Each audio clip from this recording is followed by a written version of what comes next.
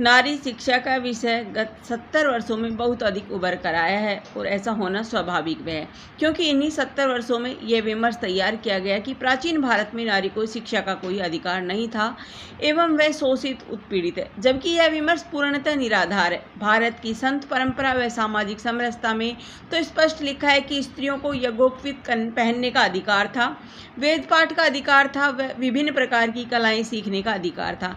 इसी के साथ पति का चुनाव कोई नया विषय नहीं है जिसे आधुनिकता की देन समझकर आज के युवाओं के समक्ष परोसा जाता है। आज से शताब्दियों पूर्व स्त्रियों को अपना पति चुनने की स्वतंत्रता थी। पिता स्वयंवर सभाओं का आयोजन करते थे जिसमें लड़की अपनी इच्छा से अपने पति का चयन करती थी। इस प्रकार की सुविधाएं इसलिए दी गई थी कि वे शिक्षित थी और अपना अच्छा तथा बुरा वे सही ढंग से सोचने में सक्षम थी। किंतु आज के परिप्रेक्ष्य में यह कहना गलत नहीं होगा कि विमर्श सत्य से बड़ा है, जो कि एक विडंबना है। तो फिर हमारे समक्ष यह प्रश्न उपस्थित होता है कि नारी शिक्षा आखिर क्या है एवं किन मानकों को हम नारी शिक्षा के अंतर्गत सम्मिलित कर सकते हैं। नारी शिक्षा को इस प्रकार परिभाषित किया जा सकता है, सीखने सिखाने की क्रिया को शिक्षा कहते हैं। शिक्षा के माध्यम से मनुष्य के ज्ञान एवं कला कौशल में वृद्धि करके उसके आनुवांशिक गुणों को निखारा जा सकता है और उसके चरित्र को आकार दिया जा सकता है। शिक्षा व्यक्ति की बुद्धि, बल और विवेक को उत्कृष्ट बनाती है। वहीं एक अशिक्षित व्यक्ति जानवर के समान है। कहते हैं कि एक अशिक्षित नारी गृहस्थी की भी देखभाल अच्छे से नहीं कर सकती। आज जब हम भारत के विश्व गुरु होने की बात करते हैं तो निश्चित ही उसमें नारियों का योगदान रहा है। माता अनुसुईया, मंदोदरी, कौशल्या, कैकेयी आदि सभी प्रकार से शिक्षित रही हैं। उसका कारण है कि प्राचीन काल में शिक्षा का स्वरूप वेद शास्त्र, विद्याओं, कलाओं पर आधारित था। उस आचार्य शिष्य परंपरा से ही नारियां सशक्त नारियां बनकर उभरी, जो न केवल संस्कृति की ध्वजवाहक बनी अपितु राष्ट्र के उत्थान और राष्ट्रीय सुरक्षा में अपना बहुमूल्य योगदान दिया। किंतु मुगलों के शासनकाल में शिक्षा, कला, साहित्य तथा अन्य विविध गुणों को प्राप्त करने की परिस्थितियां मिट सी गई थी। भारतीय इतिहास में मध्यकाल भीषण त्रासदी का काल था। मुस्लिम आक्रांताओं ने अचंभित कर देने वाली कलाकृति व वैज्ञानिक शिल्प कला से युक्त करोड़ों विराट देवालय अर्थात मंदिर व मूर्तियों को तोड़ा, उन्हें छिन्न भिन्न कर दिया। असंख्य हिंदुओं की मुस्लिम शासकों द्वारा निर्मम हत्याएं की गई।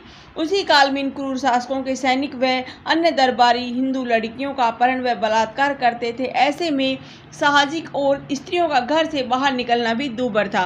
फिर शिक्षा ग्रहण करने हेतु जाना असंभव और निरर्थक ही प्रतीत होता था। तब स्वयं के प्राणों और अस्तित्व का बचाव अधिक आवश्यक था।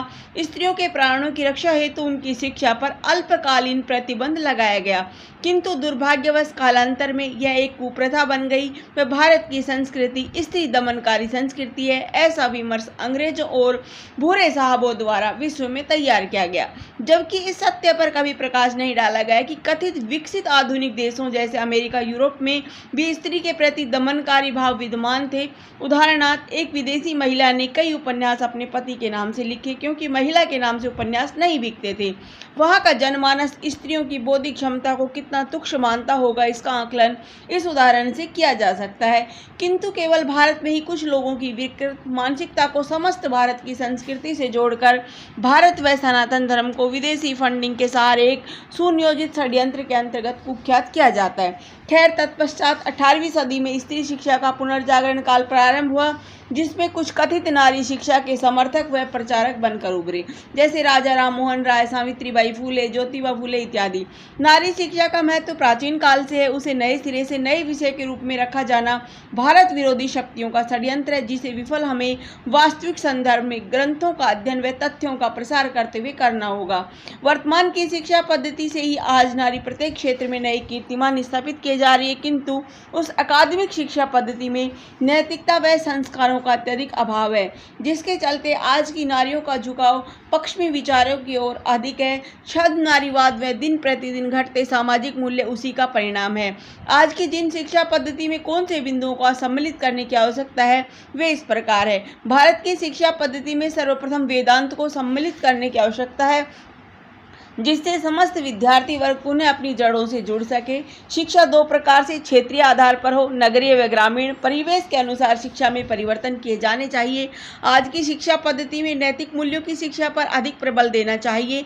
सामाजिक पतन का कारण नैतिक शिक्षा का अभाव है। साथ ही आज भी निर्धन वर्ग, चाहे वह किसी भी जाति से संबंध रखता हो, को शिक्षा प्राप्त करने में आर्थिक कठिनाइयों का सामना करना पड़ता है। इसीलिए शिक्षा सभी को सहज रूप में उपलब्ध होनी चाहिए। आज की नारी शिक्षा में शस्त्र कला व विभिन्न प्रकार के कौशल को भी सम्मिलित किया जाना चाहिए।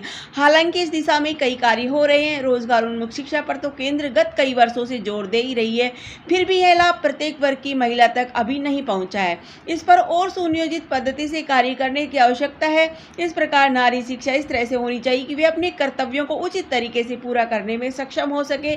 शिक्षा के द्वारा वे जीवन के सभी क्षेत्रों में पूरी तरह परिपक्व हो जाती। एक शिक्षित महिला अपने कर्तव्यों और अधिकारों के बारे में अच्छी तरह जानती है। वे देश के विकास के लिए पुरुषों के समान अपना योगदान दे सकती है।